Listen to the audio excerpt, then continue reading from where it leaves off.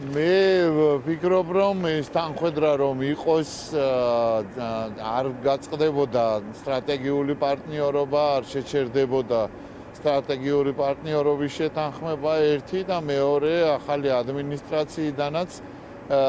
იქნებოდა უკვე შესაბამისი გზავნილები. ჩვენ ხედავთ, რომ ჩვენი რეგიონი სამხრეთ კავკასიის და არა მხოლოდ სამხრეთ კავკასიის სხვა ქვეყნებს ჩვენს მეზობლებს, თურქეთს, აზერბაიჯანს, სომხეთს ქონდათ პირდაპირი კავშირები, კომუნიკაცია და განიხილებოდა სტრატეგიული მნიშვნელობის საკითხები. ივანიშვილის რეჟიმი ცდილობს, რომ ეხლა Deep State-თან და გლობალური ომის პარტიასთან ბრძოლის ამ რაღაცა მითით საზოგადოებას უთხრას, რომ ჩვენ ერთ აზრზე ვართ, ერთ გვერდზე ვართ, თუ შეიძლება ასე ითქვას, ამერიკის შეერთებული შტატების ახალ ადმინისტრაციასთან, მათ შორის ამორჩეველსაც, ხო? ამავე ხო, თავის ამომრჩეველს ისინი ყოველთვის და მხარდამჭერებს ყოველთვის უსაზღვრო შეურაცხყოფას აყენებენ, გონიათ, რომ არავინ არაფერს არ ფიქრობს და ვერავინ ვერაფერს ვერ აზროვნებს, რომ ეს ყველაფერი ეს ზღაპარი და ეს მითი, რაც არის ახლა ივანიშვილის რეჟიმის მხრიდან გაშვებული, პლუს ამას საინტერესოა, რომ კითხვის ნიშნის ქვეშ აყენებენ ამავე დროს დონალდ ტრამპის შესაძლებლობებს დაამარცხოს Deep State და ამერიკის შეერთებული შტატების ახალი ადმინისტრაციის, აი თუ დაამარცხებს გულშემატკივრობთ, მაგრამ ჯერ კიდევ ძალიან ძლიერია Deep State, თუ დაამარცხებს, მერე ყველაფერი შეიძლება. ეს ორი და მესამე არ მგონია თანხwebdriver იყოს როდესაც თანხwebdriverზე იყოს საუბარი, როდესაც ივანიშვილის რეჟიმის წარმომადგენელი კობახიძე ხან გასვენებაში ჩადის თეირანში, ხან ინაუგურაციაზე არის, მაშინ იქ სადაც ამერიკის სიკვდილი, ამერიკას სიკვდილი, ისრაელს შეძახილები გაისმის. არ მგონია, რომ თანხwebdriver იყოს, როდესაც ჩინეთის კომუნისტური პარტიის პირდაპირ დაქვემდებარებაში მყოფი კომპანია შეიძლება გახდეს ანაკლიაში პორტის მშენებელი კომპანია, რომელიც არის ამერიკაში შავსიაში და არ მგონია სიმართლე რომ გითხრათ, რომ რესპუბლიკურ პარტიაშიც და დონალდ ტრამპთან დაახლოებულ რესპუბლიკელებშიც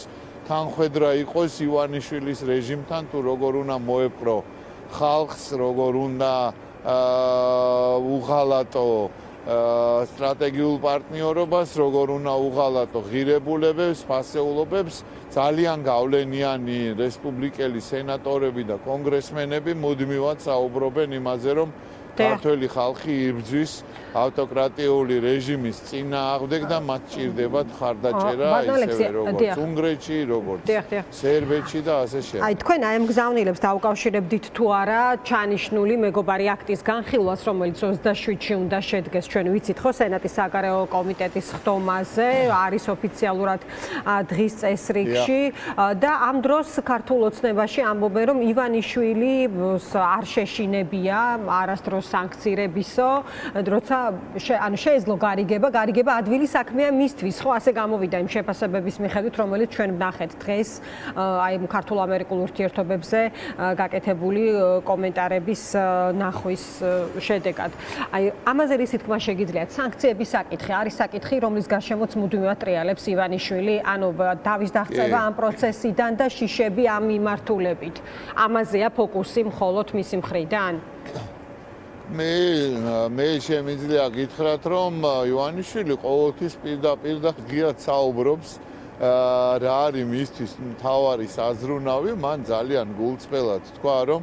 როდესაც საქმე ეხება მის ფულს, ვერავით არის სახელმწიფო ინტერესი, მის გონებაში ადგილს ვერ იკავებს და ვიდრე არ გადაწყდება მისი ფულის საკითხი და ყველა სხვა თემა არის მისთვის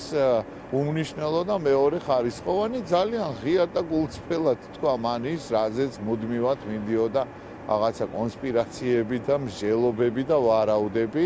არ მალავს ის, არ მალავს, როდესაც ბრიტანეთიდან სანქციები დაემუქრა, მან სასწრაფო წესით მის მიერვე შექმნილი აქ საკანონმდებლო ბაზით ოფშორული ზონებიდან გადმოიტანა მთელი თუ რაც შეძლო, გადმოიტანა თავისი კაპიტალი, გადმოიტანა თავისი ძვირფასეულობები, ძვირად ღირებული ფერწერული ტილოები და ასე შემდეგ და ასე შემდეგ. რაც შეეხება 27 მარტს ჩანიშნულ მეგობარი აქტს, მეგობარი აქტში არის ორივე კომპონენტი, არის გამიჯნული ხალხი და მმართველი რეჟიმი ერთმანეთისგან ხალხისთვის, ქართველი ხალხისთვის შესაძლოა გადაიდგას ისეთი ნაბიჯები, რომელიც გაადვილებს საქართველოს მოქალაქეებისთვის ვაჭრობას ამერიკის შეერთებულ შტატებთან, გაადვილებს საქართველოს მოქალაქეებისთვის მოგზაურობას ამერიკის შეერთებულ შტატებში და გააძლიერებს თავდაცვის და უსაფრთხოების პროგრამებს საქართველოს მოქალაქეების დასაცავად. ხოლო მათ, ვინც არღვევს და უხვევს ევროატლანტიკური კურსიდან, მათ, ვინც ძირს უთხრის დემოკრატიას, ადამიანის უფლებებს ქვეყანაში და თანამშრომლობს ისეთ რეჟიმებთან და ისეთ წრეებთან, როგორიც არის რუსეთი, მათთვის გარანტირებული იქნება სანქციები. მინდა უბრალოდ შევახსენოთ ჩვენს მსმენელს და მაყურებელს, რომ რეალურად უაღრესად დაძაბული სამუშაო გრაფიკი აქვს ამერიკის შეერთებული შტატების სენატს და კონგრესს და აი ამ ვითარებაში და ამ პირობებში ჩაინიშნა სენატში საგარეო კომიტეტის მოსმენა. მოლოდინი არის, რომ მალევე გავა უშუალოდ სენატის სხდომაზეც, კონგრესის სხდომაზეც და დიდხანს არ შეყონდება ეს პროცედურები. ორპარტიული მხარდაჭერა აქვს მეგობარი აქტს და არ უნდა დაგვავიწყდეს ასევე, რომ 27 დეკემბერს საშობაო არდადაგების დროს დასანქცირებული იქნა ბიძინა ივანიშვილი რუსეთის დავალებით სანქციების გვერდის ავლის გარკვეულ პროცესებში რუსი ოლიგარქებისთვის ხელშეწყობის გამო. ამ სანქციების მოხსნა ივანიშვილისთვის კი არა, რუსეთისთვის არ მოუხსნია დონალდ ტრამპ სანქციები და ძალიან ეჭვი მეპარება, რომ ახლა ივანიშვილისთვის რაღაცა განსაკუთრებით ზრუნველობა გამოიჩინოს, იმიტომ რომ ესენი აქ დიპ სტეიტზე და გლობალური ომის პარტიაზე. ანუ რეალურად რა გამოდის გადაწერილი გზავნილებით. ანუ რა გამოდის, რომ თქვა ერთზე საუბრობს ქართული ოცნება და სხვა რაღაც ამოძრავებთ, იმიტომ რომ მაგალითად ჩვენ სანქციებზე ნახეთ, ხო ხა რაც თქვა ვოლსკიმ, რომ არ შეშინებია არასოდესო და ანუ გარიგებად შეეძლო დაახლოებით 100 გზავნილი ქონდა და აქციებთან დაკავშირებით, ბატონ ალექსი, მუდმივად გვესმის ქილიკი, ხო, რაღაც განსაკუთრებით ბოლო პერიოდის განმავლობაში, მაშინ, როდესაც რაღაც მორიგ სადამსჯელო აქტებს მიმართავს ამავდროულად ხელისუფლება, ასეთია სწორედ ფონდების საკითხი, სადაც უამრავი ადამიანი დაზარალდა, ეხა პატიმრებზე და ჯარიმების საკითხზე რომ არაფერი ვთქვათ, მათ შორის დაზარალდნენ ის ადამიანები, რომლებიც მიმართავდნენ ამ ფონდებს და იღებდნენ მყისიერ რეაგირებას მათ შორის ჯანმრთელობის საკითხებთან დაკავშირებით. ამაზე რისი თქმა შეგიძლიათ? ივანიშვილმა ძალიან სწრაფად იგრძნო ის, რომ საზოგადოებაში გაჩნდა ერთმანეთის თანადგომის, სოლიდარობის, ემპათიის და შესაბამისად ერთიანობის განცდა გაძლიერდა ეს ერთიანობის განცდა. ეს სადამსჯელო ოპერაცია პირველ რიგში მიმართული იყო იქითკენ, რომ ჩვენი ქვეყნის მოქალაქეებს სხვადასხვა ტიპის პრობლემების მოგვარებაში ეხმარებოდა ეს ფონდები, ანუკას ფონდი განსაკუთრებით, ფონდი ერთმანეთისთვის 24 საათი, სხვა ფონდებიც ეხმარებოდნენ ჩვენს მოქალაქეებს სტიქიური უბედურების ზონებში, ისედაც სხვა ტიპის პრობლემების მოგვარებაში და რა თქმა უნდა ჩვენი ძვირფასი მოქალაქეების, ახალგაზრდების და ყველასი 50 ადამიანის, რომელიც არის ამ რეჟიმის თვე, მათთვის ელემენტარული რაღაცა პრობლემების მოგვარებაში თანამონაწილეობდნენ, ეს ვერ აიტანა, ვერ იგუა ივანიშვილმა და მოკვეთა ძირში თავს დაესხა. ამ საქველმოქმედო ფონდებს სრულიად გაუგებარი რაღაცა საბოტაჟის და ძირგამოთხრელი საქმიანობის ბრალდებით ეს იმ საბურავების საქმის იდენტურია ფაქტიურად ბჭყალებში ისეთივე სიძლიერის არის. უბრალოდ საზოგადოებამაც უნდა იცოდეს, რომ უკვე გამონახულია სხვა დამატებითი საშუალებები, გზები, მოქალაქეები პირდაპირ ეხმარებიან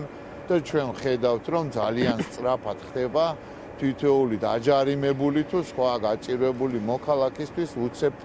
თანხების კონსოლიდაცია. ასე რომ რეჟიმი შეშინებულია ტყუილან ურავის, გონია რომ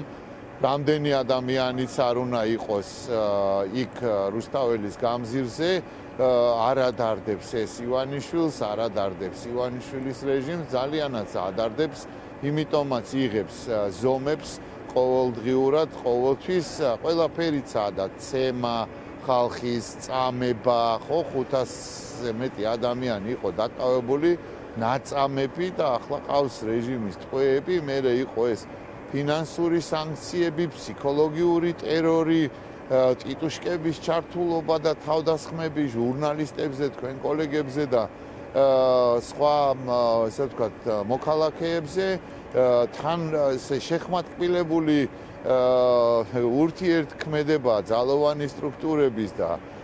ტიტუშკების, ზონდერების, უფრო ზუსტად რო დავარქვათ, მაგრამ ეს არაფერი არ მუშაობს, ხალხი ურყევად, მედგრად და მტკიცეთ მიდის რუსთაველზე,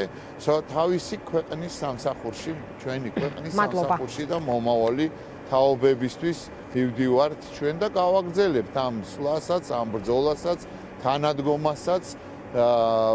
ვიდრე არ გათავისუფლებიან რეჟიმის ტყვეები და არ დაინიშნება ახალი არჩევნები. დიდი მადლობა. მადლობა ალექსი დაგემშვიდობებით.